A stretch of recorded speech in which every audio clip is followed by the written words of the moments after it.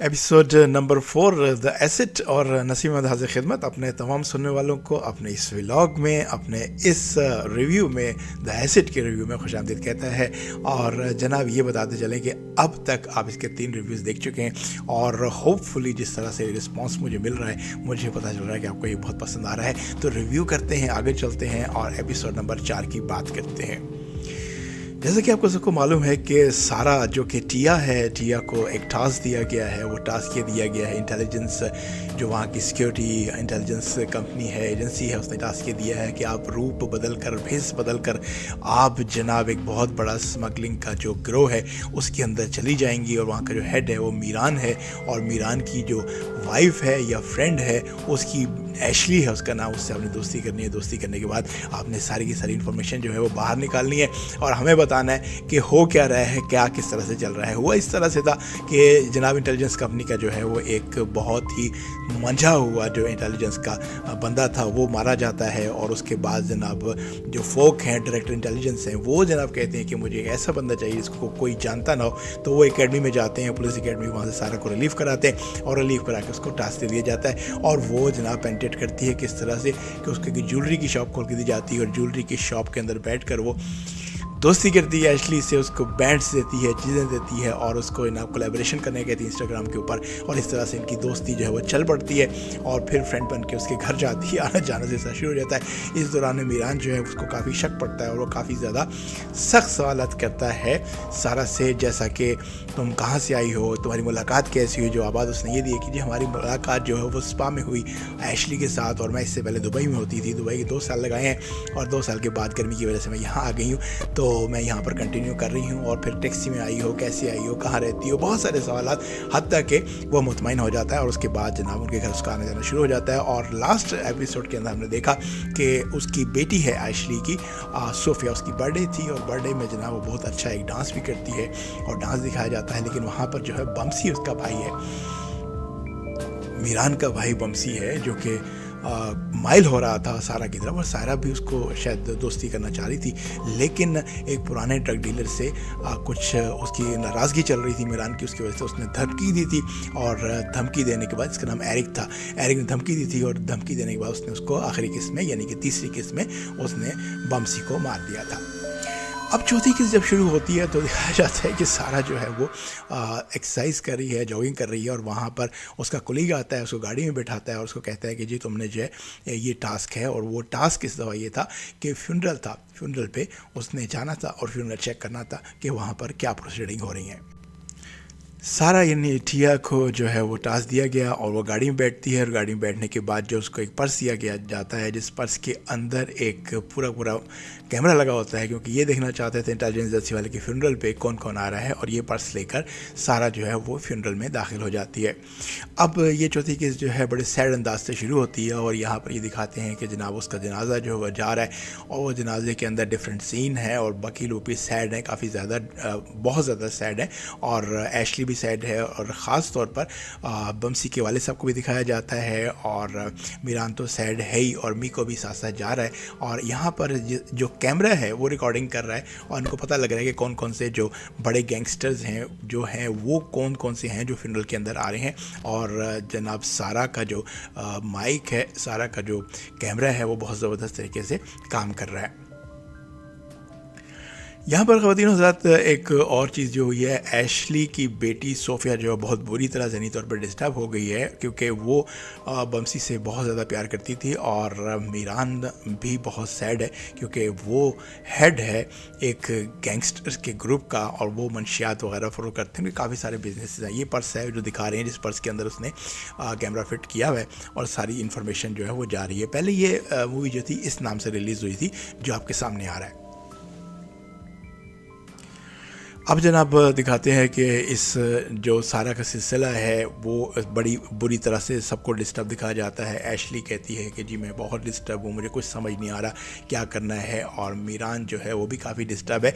लेकिन इस किस का जो सबसे ज़्यादा इम्पॉर्टेंट पार्ट मुझे अभी तक जब किस चल रही है, आपके सामने चल रहा है एपिसोड, वो ये नज़र आया है कि मीरान जो है वो जाता है एरिक के पास और एरिक के पास जाकर बहुत ही हौसले के साथ, बड़े दिल गुर्दे के साथ जाकर वहाँ बैठता है और उससे उससे प्रॉमिस लेता है कि मुझे माल प्रोवाइड करने में कुछ थोड़ा वक्त और लगेगा। जिस दौरान मीरान उससे मिलने जा रहा था, यहाँ पर जो सारा ने है कुछ एक्स्ट्रा एक्टिविटीज़ दिखाई और सारा जो बेसमेंट है उस घर की, उसके अंदर दाखिल हो गई और वहाँ से उसको कुछ आवाज़ें आ रही थी। सारा कोशिश करती है आवाज़ें सुन सके, लेकिन वहाँ पर कोई शख्स उसके कंधे पर हाथ लगाता है और जब हाथ लगने के बाद सारा मुड़ती है तो मीरान के वालिद साहब होते हैं जो कि उससे पूछ रहे होते हैं कि यार तुम क्या कर रही हो। अब सारा बेसमेंट में खड़ी हुई है और बेसमेंट में खड़े होते साथ ही हाजिर दिमागी का सिलसिला जो है उसका जारी रहता है और वो फ़ौरन से पहले कहती है कि जनाब मैं यहाँ पर टॉयलेट ढूंढ रही थी। उसके ऊपर उसके वालिद साहब कहते हैं, ये हैं उनके वालिद साहब, जो कहते हैं कि टॉयलेट जो ऊपर है और सारा यहाँ से निकल कर ऊपर चली जाती है। अब यहाँ पर सारी की सारी रिकॉर्डिंग हो रही है। जो इंटेलिजेंस वाले हैं, फोक साहब हैं, उनके कुलीग हैं, वो सारी रिकॉर्डिंग कर रहे हैं। और उसके बाद जनाब सारा से मीरान बात करता है और कहता है कि जी क्योंकि मेरे भाई का कत्ल हो गया तो पुलिस इन्वेस्टिगेशन में पुलिस ने तुमसे क्या पूछा। इस पर सारा बड़ी जमकर जवाब देती है कि मैंने कुछ भी नहीं कहा और वही कहा जो कि मैंने देखा, यानी कि मैं आपको नहीं जानती और जितना कुछ भी मैं जानती हूँ वो भी मैं आपकी वाइफ की वजह से जानती हूँ और आपको डरने की ज़रूरत नहीं है। मीरान जब मुतमईन हो जाता है तो मुतमईन होने के बाद कहता है कि ठीक है, मैं जो है ना जैसे तुमने मुझे ऑफ़र किया था मैं डायमंड्स में दूंगा और तुम उनकी जो है ना डॉक्यूमेंटेशन मुझे प्रोवाइड कर देना ताकि हम सिलसिले को आगे लेकर चल सकें।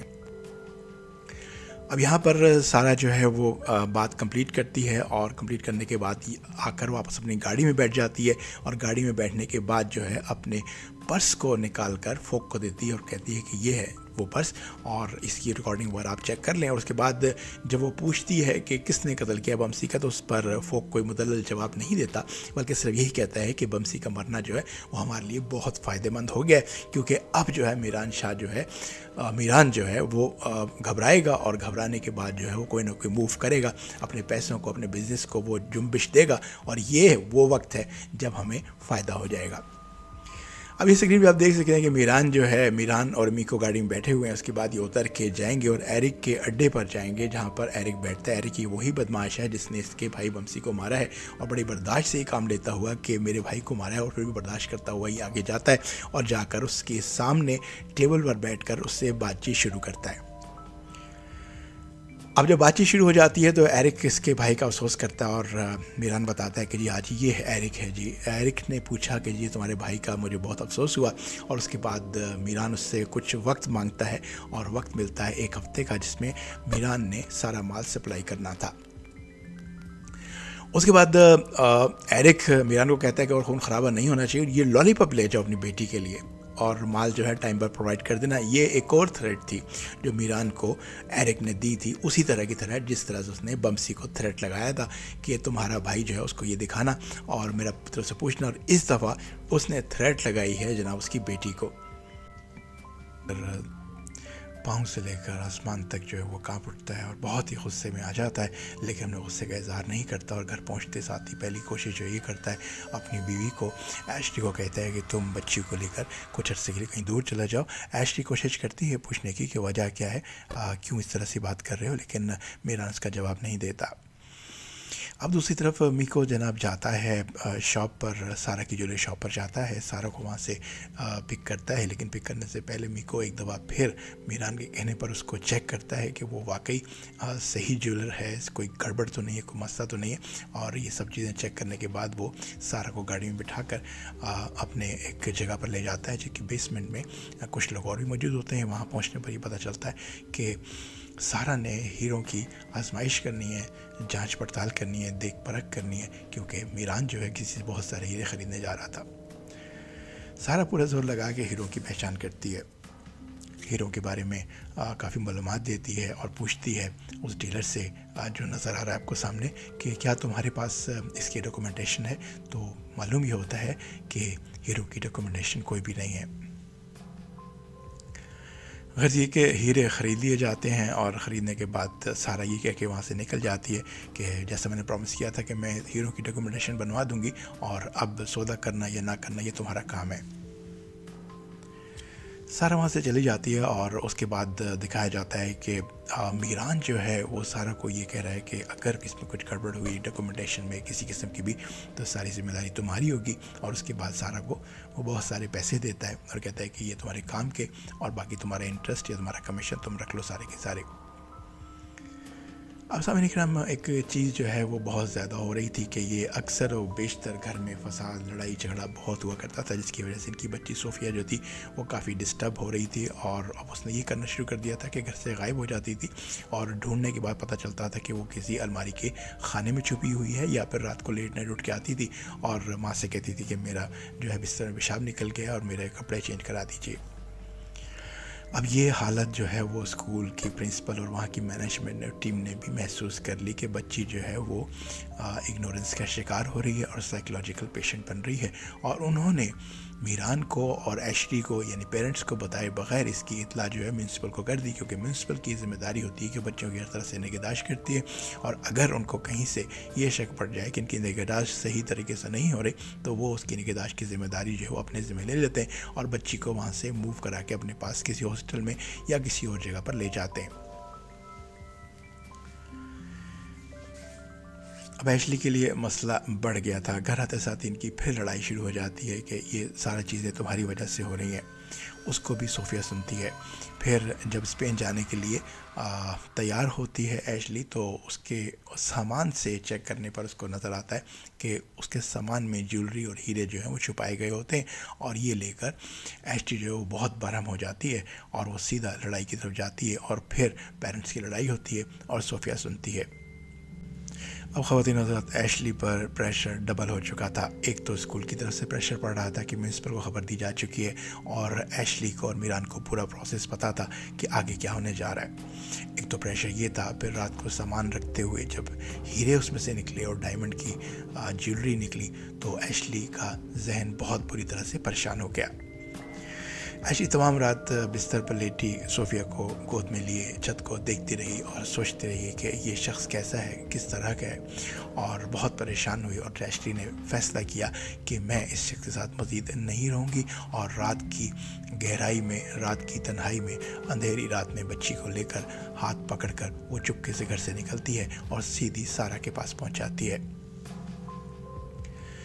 सारा रात के लम्हात में उनको देखकर परेशान होती है, दरवाज़ा खोलती है और उनको अंदर ले आती है, मेहमान नवाजी करती है और उसके बाद बातें करने के बाद उनको सोने की जगह देती है। एशली सोफे पर सो जाती है, बच्ची भी उसके साथ ही सो जाती है। सारा मौका देखकर ये बात जो है वो फोक को बताती है, जो डायरेक्टर पेट हैं, और वो इसको कहते हैं कि सारा को अभी सारा तुम ऐसा करो कि एशली को उसके घर वापस भेजो, क्योंकि हम हीरे डॉक्यूमेंटेशन के साथ मीरान को हम दे चुके हैं और हमारा प्लान ये है कि अगर एशले ये हीरे लेकर स्पेन के एयरपोर्ट पर उतरेगी तो हमने वहाँ की इंतज़ामिया को, एयरपोर्ट की पुलिस को मुतला किया हुआ है, फ़ौरन एशले को अरेस्ट कर लेंगे और अरेस्ट करते ही हम एशले की मदद से मीरान के पूरे गिरोह का पता लगा लेंगे। और अब अगर एशले जाती ही नहीं है तो हीरो को तो हमने वैसे ही क्लियर कर दिया है और डॉक्यूमेंटेशन भी है, तो मीरान जो है वो इसका फ़ायदा उठाएगा और किसी और को वो हीरे देकर डॉक्यूमेंटेशन के बाद वो स्पेन भेज जाएगा और पेट और फोक वगैरह जो है उसको लोकेट नहीं कर सकेंगे और मीरान का पूरा जो गिरोह है वो खुलकर सामने नहीं आ सकेगा। लिहाजा बग़ैर किसी लिहाज किए तुम एशली को जगाओ और उसको तरीके से बताओ ताकि वो जो है वो अपने घर वापस चली जाए। खुद सारा के लिए बहुत मुश्किल था। एक तो वो अंडर कवर काम कर रही थी, फिर दूसरा बच्ची भी सामने थी जिसका सारा से ख़ास लिंक था और एशली से भी उसकी बड़ी गहरी दोस्ती हो चुकी थी। और ऐसे लम्हात के अंदर एशली को कुछ कहना, जबकि एशली घर छोड़ कर आ चुकी थी, अपने हस्बैंड को भी छोड़ कर आ चुकी थी और अब इस वक्त फिलफौर दुनिया में उसका वाहिद सहारा जो था वो सारा थी। और एशली अब रात के इस वक्त जो है वो कहीं जाने का सोच भी नहीं सकती थी और एशली बड़ी मुश्किल से नींद में खोई हुई थी। ख़वातीन हज़रात, रात के इन लम्हात में सारा ने जो सोचा वो बहुत मुश्किल था। वो किया जाना तो बहुत ही मुश्किल, उसके बारे में सोचना भी मुश्किल था, लेकिन सारा हिम्मत करती है और हिम्मत करने के बाद जो है एशली को समझाना शुरू करती है कि देखो अगर तुम इस वक्त उसको छोड़ दोगी तो परेशानी तुम्हारे लिए बहुत बढ़ जाएगी। जिसमें एशली कहती है तुमने भी तो अपने हस्बैंड को छोड़ा था, अपने बॉयफ्रेंड को छोड़ा था। तो उस पर सारा कहती है लेकिन उस वक्त मेरी बच्ची नहीं थी, मेरा कोई बच्चा नहीं था, इसलिए मैंने छोड़ दिया था।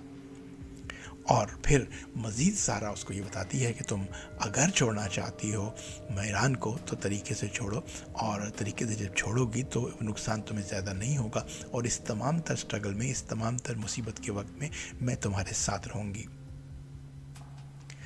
एशली के पास कोई रास्ता नहीं रहा था, और अब उसका बात मानने के सिवा कुछ भी रास्ता नहीं था, और उसको ये भी पता था कि सारा उससे ज़्यादा समझदार है और बेहतर फ़ैसला करती है, सही वक्त पर फ़ैसला करती है, और उसने भलाई इसी में जानी है एशली ने कि सारा की बात मान ली जाए और वापस घर चला जाए।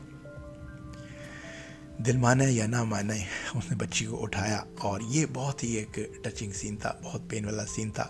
सोती हुई बच्ची सोफ़िया को उठाया। सोफ़िया का क्या कसूर था? पेरेंट्स की लड़ाई के अंदर सोफ़िया ख्वार हो रही थी। सोफ़िया को उठाती है, दबे पाँव जो है वो वहाँ से निकलती है, और जाते जाते सारा की आंखों में भी आंसू थे, और एशली भी जाना नहीं चाहती थी, लेकिन उनको जाना था क्योंकि यही इस मसले का हल था।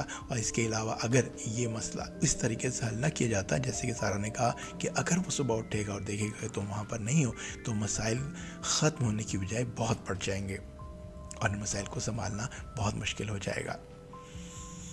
बस एशली उसकी बात छोटे बच्चों की तरह मानती है, सोफ़िया को उठाती है, कमरे का दरवाज़ा खोलती है और फ्लैट से निकल जाती है। रात की इस तारीकी में सोफ़िया के साथ घर में वापस दाखिल होती है एशली, और अपने बिस्तर पर जाकर सो जाती है। अब एशली के पास क्या रास्ता बचा? एशली क्या मीरान को छोड़ देगी? क्या म्यूनसिपल कमेटी वाले जो हैं वो आकर बच्ची की तहवील ले लेंगे? क्या एशली और मीरान अपनी वाहिद अकलौती बच्ची को म्यूनसिपल के हवाले कर देंगे? ये वो तमाम तर सवालात हैं जो मेरे जहन में भी उसी तरह जगमगा रहे हैं जिस तरह आपके। आने वाली किस्त हमें इस बात से मुतला करेगी कि इसका हल क्या होगा। तो जुड़े रहिएगा, और क्योंकि नसीम अहमद आपके लिए ला रहा है और भी बहुत कुछ, और इस तरह के रिव्यूज़ और एसिड का रिव्यू की हम 5वीं किस्त जो है वो बहुत जल्द आपको पेश करेंगे ताकि हम एंजॉय कर सकें। फॉलो कर लीजिएगा, सब्सक्राइब कर लीजिएगा, लाइक कर लीजिएगा, कमेंट कर लीजिएगा। अपना बहुत ख्याल रखिएगा। अल्लाह निगहबान।